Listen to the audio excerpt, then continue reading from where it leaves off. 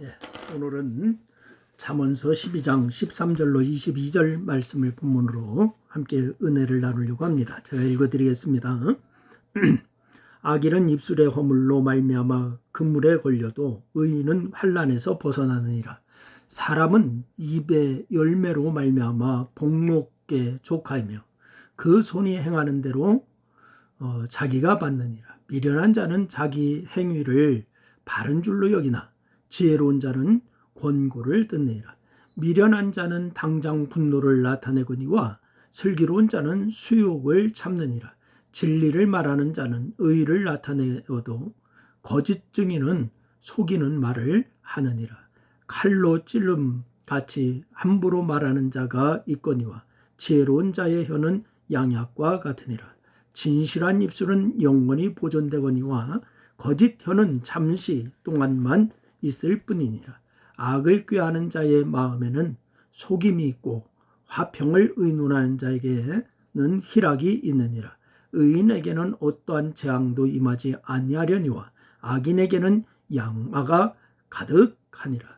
거짓 입술은 여호와께 미움을 받아도 진실하게 행하는 자는 그의 기뻐하심을 받느니라. 아멘. 말에 대한 명언을 검색해보면 참 많습니다. 질병은 입을 쫓아 들어가고 화근은 입을 쫓아 나온다. 또 예를 들어 또 이런 또 말이 있죠. 말은 마음의 초상이다. 이런 말이 있습니다.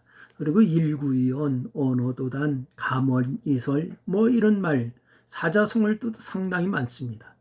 그래서 어떻게 보면은 이 오늘 읽은 본문 역시 앞에 것들과 비슷한 그런 목적을 지닌 명언들로 여겨질 수 있습니다. 하지만 오늘 이 본문은 모든 말을 하나님께서 들으시고 그 말대로 갚으신다 라고 하는 것에 대한 믿음의 고백이라고 하는 점에서 흔히 말하는 명언과 좀 다릅니다. 여러분, 믿음이 행동으로 나타나듯이 믿음은 말로 드러나게 되어 있는데 오늘 이 솔로몬은 믿음을 가진 자가 어떤 말을 하고 또 어떻게 해야 하는지 여기에 대해서 고백을 하고 있어요. 여러분은 어떤 말을 하십니까? 오늘 이 말씀을 통해서 자신의 말을 점검하는 시간이 되었으면 좋겠습니다. 먼저는 솔로몬은 말을 따라서 자신의 삶이 달라진다라고 고백했습니다. 낱말은 새가 듣고 반말은 쥐가 듣는다 라고 하는 그러한 속담이 있지 않습니까? 이 솔로몬은 하나님께서 모든 말을 들으신다라고 하는 것을 믿었습니다. 그래서 정말로 하나님께서 사람들의 말을 들으실까요? 여러분, 성경에는 하나님께서 사람의 말을 들으신 예들이 참 많이 나와요. 그래서 하나님께서는 하갈의 고통을 들으셨고 그의 아들의 소리를 들으셨고 애굽에서 고통받는 이스라엘 자손들의 부르짖음을 들으셨고 이런 것이 수없이 나옵니다. 창세기 22장 23절 말씀에도 보니까 그들이 내게 부르짖으며 내가 반드시 그 부르짖음을 들으리라. 시편 65편 2절 말씀에 보니까 기도를 들으시는 주여 라고 말씀해요. 그래서 솔로몬은 이 말씀들을 따라서 하나님께서 사람들이 하는 모든 말을 들으신다 라고 이런 것을 믿었습니다. 그러면 하나님께서 사람의 말을 들으시는 것이 우리의 삶에 어떤 영향이 있을까요? 오늘 14절 말씀해 보니까 오늘 그런 말씀을 주시고 있습니다. 사람은 입의 열매로 말미암아 복록에 족하며 그 손이 행한 대로 자기가 받느니라 라고 말씀을 주셨어요. 이 사용하는 언어로 인하여서 복록에 족하다. 즉 선한 것으로 만족하게 된다. 이 말씀을 하는 거예요. 이런 반대로 13절 말씀해 보니까 그랬어요. 악인은 입술의 허물로 말미암아 그물에 걸려도 의인은 환난에서 벗어나느니라. 이렇게 말씀하고 있습니다.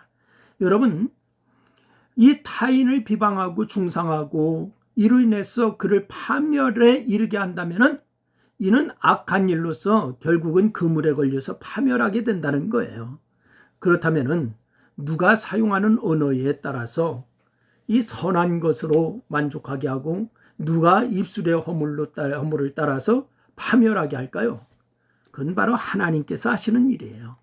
여러분, 선한 말이든 악한 말이든 모든 말을 들으시는 분도 하나님이십니다. 그 말에 따라서 선한 것으로 만족하게 하시고 그물에 걸리게 하신 분도 하나님이십니다. 그렇기 때문에 하나님께서 나의 말을 들으실 뿐만이 아니라 그 말대로 갚으신다고 하는 것을 믿는다면 말을 조심해야 합니다. 왜냐하면 입에서 나오는 말에 따라서 삶이 달라지기 때문에 그래요. 여러분, 그런데도 미련한 자는 15절 말씀해 보니까 뭐라고 하냐? 미련한 자는 자기 행위를 바른 줄로 여기나 지혜로운 자는 권고를 듣느니라 라고 말씀을 합니다. 여러분, 어떤 사람은 권고를 절대 듣지 않는 사람이 있죠? 미련한 자라고 했습니다. 여러분, 미련하지 않기를 축원합니다. 두 번째는 솔로몬은 나의 말이 다른 사람의 삶에 영향을 미친다라고 고백하고 있습니다.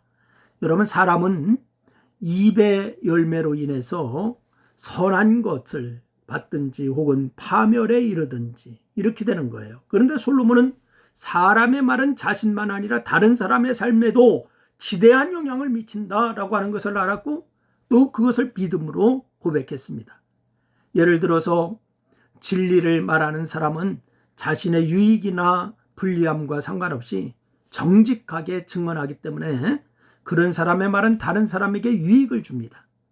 그러나 거짓 증인은 자신의 이익을 위하여서 얼마든지 속이는 말을 하기 때문에 그런 사람의 말은 사회 질서를 어지럽히고 다른 사람에게 큰 해를 끼치는 거예요. 그래서 오늘 솔로몬은 18절 말씀에서 분명하게 우리에게 말씀을 주죠. 칼로 찌름같이 함부로 말하는 자가 있거니와 지혜로운 자의 혀는 양약과 같으니라. 어떤 사람은 칼로 막 찌르는 것처럼 함부로 말하잖아요. 생각도 안 해요. 여러분, 칼로 찌르는 것만 사람에게 상해를 입히는 것이 아니죠.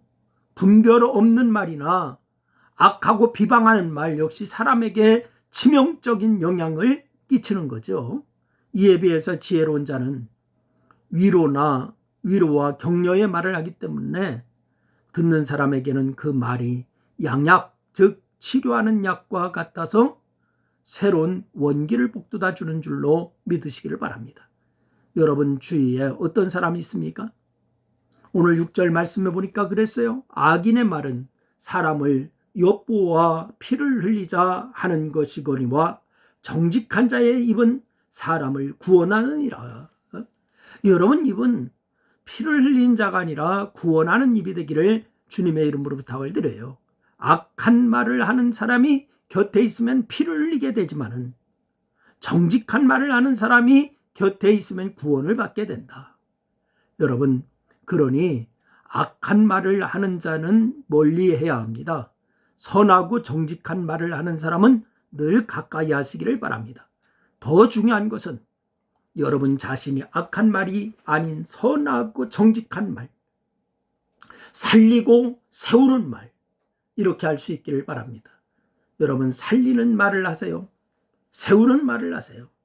그 자가 하나님의 칭찬을 듣는 자요, 주님의 나라를 세우는 자입니다. 꼭 그렇게 하셔서 그리스도인으로서의 삶에 승리하기를 주의 이름으로 축원합니다. 기도합니다. 하나님, 고맙습니다. 우리를 정말 그리스도인으로 택하여 주셨고 하나님의 자녀로 택하여 주셔서 감사합니다.